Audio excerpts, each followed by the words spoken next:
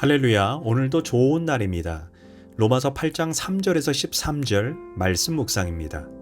오늘은 성령으로 몸의 행실을 다스려라 라는 제목으로 말씀을 나누도록 하겠습니다. 루터교 경건주의 창시자인 필립 스패너는 성경을 한 개의 반지로 본다면 로마서는 보석이요, 로마서 8장은 그 보석 중에서 반짝이는 초점과 같다라고 했습니다. 로마서 8장은 예수님을 믿는 자에게 주시는 놀라운 축복을 제시합니다. 로마서 8장 1절에서 그러므로 이제 그리스도 예수 안에 있는 자에게는 결코 정죄함이 없나니 이는 그리스도 예수 안에 있는 생명의 성령의 법이 죄와 사망의 법에서 너를 해방하였습니다. 이 말씀은 직설적으로 표현하면 예수를 믿으면 어떤 죄를 지어도 그는 심판을 받지 않고 지옥에 가지 않게 된다는 것입니다. 또한 하나님의 자녀의 신분도 잃어버리지 않는다는 말씀입니다. 정말 생각만 해도 놀라운 은혜입니다. 그런데 문제가 생겼습니다. 이 정죄함이 없다는 이 은혜의 말씀을 잘못 이해해서 아무렇게나 살아도 나는 예수님을 믿는다고 말만 하면 지옥으로부터 면죄부를 받는다고 생각합니다.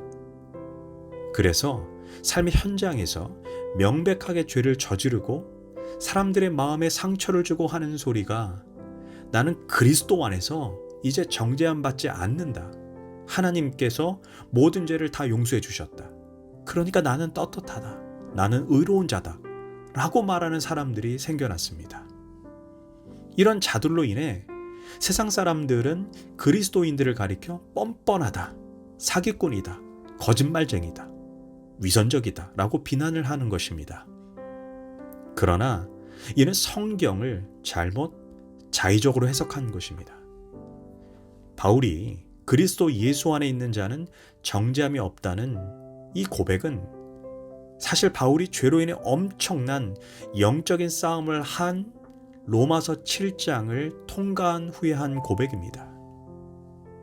바울은 7장에서 자신의 죄성과 처절할 정도로 싸웠고 거의 자아의 죽음을 경험했습니다.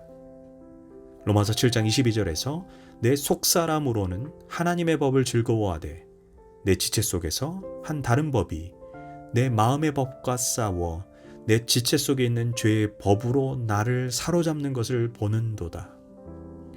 오라, 나는 곤고한 사람이로다. 이 사망의 몸에서 누가 나를 건져내랴. 즉 내 마음으로는 하나님의 법을 따르고 싶지만 내 지체 속에 있는 죄의 법이 나를 사로잡아 내 자신을 넘어뜨린다는 것입니다. 그래서 바울은 자신의 죄성을 바라보면서 자신 스스로 가슴을 치면서 이를 어째 통곡하며 죄에 대해서 아파하고 괴로워하며 탄식하고 있는 것입니다. 우리가 예수님을 믿고 나면 그때부터 우리의 영이 거듭나게 되고 그 거듭난 영 속에 성령님이 거하시게 됩니다.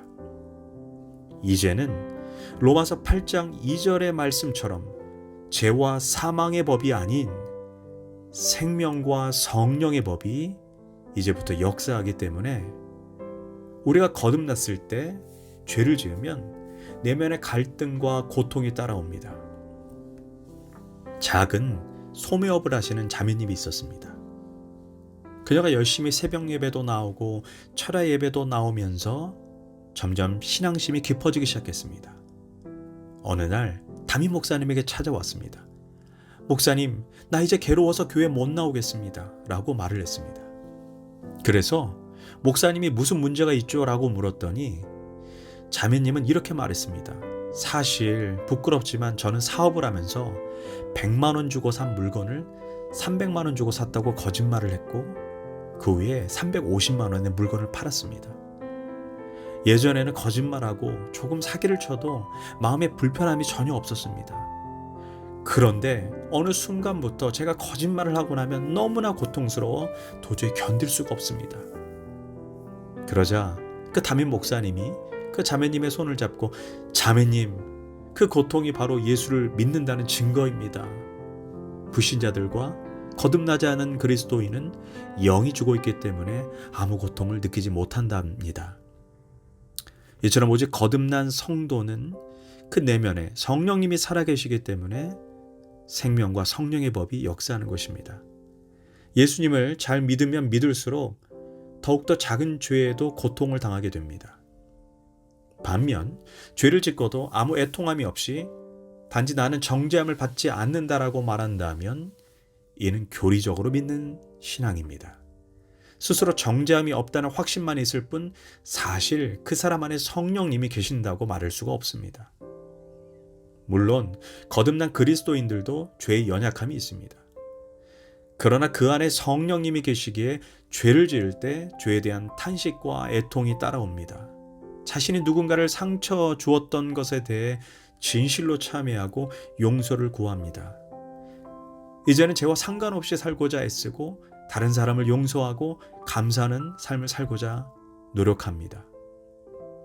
이처럼 죄로 인해 탄식이 만약 있다면 우리는 하나님이 나를 정죄하지 않는다는 믿음을 가지고 예수님을 다시 바라봐야 합니다. 그런 과정이 반복되면서 결국 우리는 죄를 이겨내고 승리하는 인생이 됩니다. 그래서 바울은 4절에서 육신을 따르지 않고 성령을 따라 사는 우리가 결국 율법이 요구하는 바를 성취한다라고 말합니다. 일본의 여류소설가 미우라 아야코라고 하는 분이 쓴 양치는 언덕이라는 소설이 있습니다. 이 양치는 언덕이라는 소설에는 나오미라고 하는 목사의 딸이 주인공으로 나옵니다. 나오미는 료이찌라고 하는 남자에게 반해 부모를 버리고 도망을 갑니다. 그러나 료이찌라고 하는 사람은 술꾼이요 바람둥이였기에 결국 나오미는 버림을 받고 친정으로 다시 돌아옵니다. 그때 료이찌라고 하는 사람이 갑자기 폐병에 걸리게 되고 나오미가 있는 친정으로 그가 찾아옵니다. 나오미는 그 사람을 받아들이기가 싫었지만 목사인 아버지가 그를 받아들입니다. 처갓집에서 요양생활을 하는 동안 료이치는 처갓집 식구들의 믿음에 감동을 받게 되고 진정으로 예수님을 영접하게 됩니다. 요양생활을 하면서 료이치는 다락방에서 그림을 그리기 시작합니다. 그런데 그 그림을 그린 후에 아무도 보지 못하게 흰천으로 그림을 덮어놓았습니다. 그리고 부인에게 크리스마스 때가 되면 선물로 그림을 완성해 주겠다고 약속을 합니다. 이제 크리스마스가 되어 그림이 다 완성되어 갈 무렵 전에 내연녀였던 좋지 못한 여자로부터 전화가 옵니다. 새 사람으로 변한 료이치는 원치 않았지만 그 여자를 만나게 됩니다. 그 여자는 그에게 술을 권하고 하룻밤만 자고 가라고 유혹합니다. 그러나 이제 새 사람이 된 료이치는 다시 예전의 모습으로 돌아갈 수가 없었습니다. 예전에 느끼지 못한 죄의 고통을 느끼게 됩니다. 그래서 결국 그 유혹을 물리칩니다. 더 이상 죄악된 삶 가운데 머무를 수가 없었습니다. 그러자 악한 그 여자가 몰래 술에 수면제를 탑니다. 그리고 그 한 잔만 마시면 내가 보내주겠다라고 애걸복걸합니다. 그래서 어쩔 수 없이 술에 수면제가 들어있는 줄 모르고 료이지는 그 술을 마십니다. 그러나 그는 그곳에서 잠들지 않으려고 비틀비틀거리며 집을 향해 걸어 나옵니다. 그러나 길에서 그만 잠이 들어 그만 동사하고 맙니다.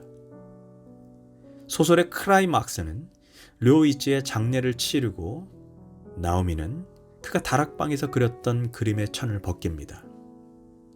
흰 천을 벗기자 거기에는 십자가에 달리신 예수님의 그림이 있었습니다. 그런데 그 십자가의 발 아래 한 청년이 무릎을 꿇고 고개를 숙인 채 예수님의 발을 붙잡고 있었습니다. 그리고 그 손등 위에 예수님의 피가 뚝뚝 떨어지고 있었습니다. 그 청년은 료이치 자신이었습니다. 결국 그는 십자가에 달리신 예수님의 사랑을 깨달은 것입니다. 그 십자가의 피가 자신의 죄를 깨끗하게 씻어주었고 그 피로 인해 자신은 더 이상 정죄받지 않는다는 믿음을 가졌습니다. 그래서 이제 더 이상 예전처럼 살 수 없었던 것을 알았던 것입니다. 바로 이런 사람을 향해 예수님께서 그리스도 예수 안에 있는 자는 결코 정죄함이 없나니라고 말씀하시는 것입니다. 누가 청년 류이치를 정죄할 수 있겠습니까? 기도하겠습니다.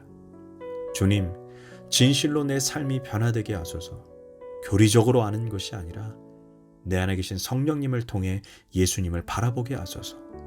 죄와 이제는 피 흘리기까지 싸우게 하소서. 예수님의 이름으로 기도합니다. 아멘.